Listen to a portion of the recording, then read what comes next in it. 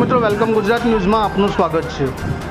પ્રાપ્ત માહિતી અનુસાર જંબુસર તાલુકાના માગનાથ ગામ પાસે આવેલ સેફ અન્વયરો કેમિકલ કંપની દ્વારા કેમિકલ યુક્ત પાણી છોડાતા મગનાથ ગામની ખેતરોમાં પાણી પસરી જતા ખેડૂતોનો રોષ વ્યાપક જોવા મળ્યો। આ કેમિકલ કંપની જ્યાંથી શરૂ થઈ છે ત્યાંથી વિવાદોમાં સપડાયેલી છે। હંમેશા વિવાદ રહેતી કંપની ગૌચર જમીનમાં રસ્તાઓ નીલગાય તળાવના પાણીના કારણે મૃત્યુ થયું હતું। આશરે 281 એકરમાં ખેતીલાયક ફળદ્રુપ જમીનમાં પોતાનો પ્રોજેક્ટ તૈયાર કર્યો છે અને આ કેમિકલ કંપની ગુજરાત રાજ્યમાંથી કેમિકલ જોખમી કચરો લાવીને એકત્ર કરી પોતાના મસ્ત મોટા કેમિકલોના તળાવોમાં દફન કરે છે એવા મગનાથ ખેડૂતોએ આક્ષેપ કર્યો છે। ત્યારે મગનાથ ગામના ખેડૂતો જયેશભાઈ પટેલ, ભરતભાઈ મકવાણા, રોહિતસિંહ સિંધા, મુકેશભાઈ સિમર, મુકેશભાઈ ઠાકોર, ઉદયસિંહભાઈ સિંધા જેવા ખેડૂતોએ જણાવ્યું હતું કે આ સેફ એન્વાયરો કંપની દ્વારા એમના કેમિકલ યુક્તવાળા મોસ્ટ મોટા તળાવમાંથી કેમિકલ યુક્ત પાણી છોડવામાં આવ્યું છે જે અમારી ફળદ્રુપ જમીનમાં પ્રસરી ગયું છે। આ ઘટનાને લઈ તાત્કાલિક અમે ગુજરાત પોલ્યુશન કંટ્રોલ બોર્ડમાં જાણ કરી હતી। ત્યારે ભરૂચના જીપીસીપીના અધિકારીઓ સ્થળે દોડી આવ્યા હતા અને કંપનીના કેમિકલ યુક્ત તળાવમાંથી કેમિકલ યુક્ત પાણી બહાર કાઢતા રંગે હાથ ઝડપી પાડ્યા હતા અને તાત્કાલિક પાણીના સેમ્પલો લીધા હતા। હવે એ જોવાનું રહ્યું કે જીપીસીપીના અધિકારીઓ કોની સાથે રહે છે, તનતોડ મહેનત કરીને જીવી રહેલા ખેડૂતો સાથે, કંપનીના બાબુઓ સાથે, કેમિકલ કંપનીના મન ફાવે તેમ સરકારી કાયદા નિયમોનો ભંગ કરે છે અને સરકાર જાણે એમના ખિસ્સામાં હોય એ રીતે સરકારી કાયદાના નિયમોને ઘસીને પી જાય છે। શું ખરેખર સરકાર આ કેમિકલ કંપનીના બાબુઓની છે એવું લોકમુખે ચર્ચાઈ રહ્યું છે। Bureau chief Jagdish Chauhan, Jambusar. મારું નામ જયેશભાઈ મનુભાઈ પટેલ, મગનાથ ગામના રહેવાસી।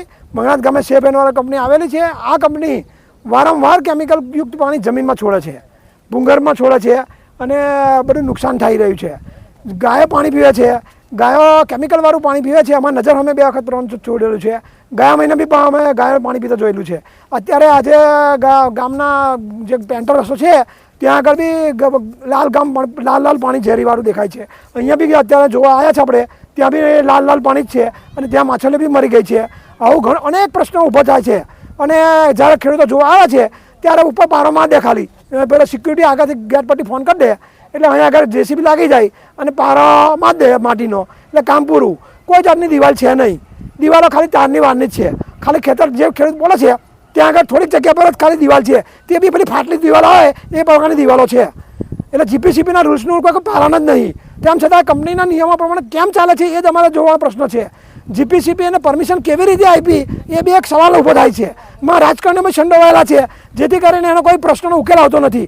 ગૌચરની જમીનમાં દબાણ છે એમ કલેક્ટરોની બધા એવું કહે છે કે ગૌચર દબાણો દૂર કરો, રાજકારણી એવું કહે છે કે ગૌચર દબાણો દૂર કરો, પણ ગૌચર દબાણ છે કરવાનું છે તે તો કરતા નથી અને જેને ખાલી પેલા લોકોએ જે ખેતરમાં વાવ્યું છે એને કહ્યું છે એમ દબાણ દૂર કરી નાખે છે બીજા જિલ્લાઓમાં। તો આ ગૌચર દેખાતું નથી રાજકારણીઓને, કાલે એનો ઉકેલ લાવશે એ મને સમજ નથી પડતી। ગાયોને એ બધું પ્રશ્ન ઊભો થાય છે ગૌચરનો અને કાલે બી ગાયાવાળાને અહીંયા હેરાન કરતા હતા આ લોકો, તો એમનું ગૌચર ખાલી કરો ને પહેલાં તો ગાયાવાળા દૂર થાય નહીં।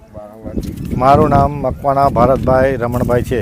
હું મંગણાનો રહેવાસી છું, ખેડૂત ખાતેદાર છું। મંગણાત ગામે સેફ એન્વાયરો નામની કંપની આવેલી છે જે બહારથી કેમિકલ કચરો લાવે, વેસ્ટ લાવે છે, બહારના રાજ્યનું બિલ આવે છે અને અહીંયા ઠાલવે છે અને ઊંડા તળાવ બનાવવામાં નાખેલા છે જેના લીધે ભૂગર્ભ જળમાં પાણી ઉતરે છે। હાલમાં આપણે જોઈ રહ્યા છે ચોમાસાની સિઝન છે અને કંપની અમે ઘણા વારંવાર કહે છે કે ભાઈ તમારું પાણી બંધ નહીં જોઈએ। જીપીસીપીના અધિકારીઓને અમે પૂછપાછ કરી એમને કીધું કે ભાઈ કંપની ચોખ્ખેદમ દિવાલ કરવી જોઈએ। આજની તારીખે આપણે જોઈ શકીએ કે કંપની ચોખ્ખેદમ કમ્પાઉન્ડ વાલ નથી, એમનું પાણી બહાર નીકળે છે અને રાતના સમયમાં કંપનીના માણસો મોટારો અને મશીનોથી પાણી કેમિકલવાળું આજુબાજુના કાંચ નાખે છે, એમાંથી નદીમાં પાણી જાય છે અને ખેડૂતોની આજુબાજુ જમીન તથા ગામમાં આવ્યું છે અને આ પાણી જો ઢોર કે માણસ પીએ છે એ માણસના શરીરમાં બી ખૂંજલીને એવું થાય છે, બીમારી લાગુ પડે છે। ઘણા સમયથી અમે કલેક્ટરને, મામલતદારને, પ્રાંત અધિકારીને રજૂઆત કરી છે અને આ લોકોએ જે ગૌચરની જમીન છે એમાં રસ્તો બનાવી દબાણ કરેલું છે। સરકારના બેઠેલા અધિકારીઓના કાન બહેરા થઈ ગયેલા છે, એમને ખેડૂતની કોઈ પડેલ નથી, એમના અવાજ એમના કાન સુધી પહોંચતો નથી।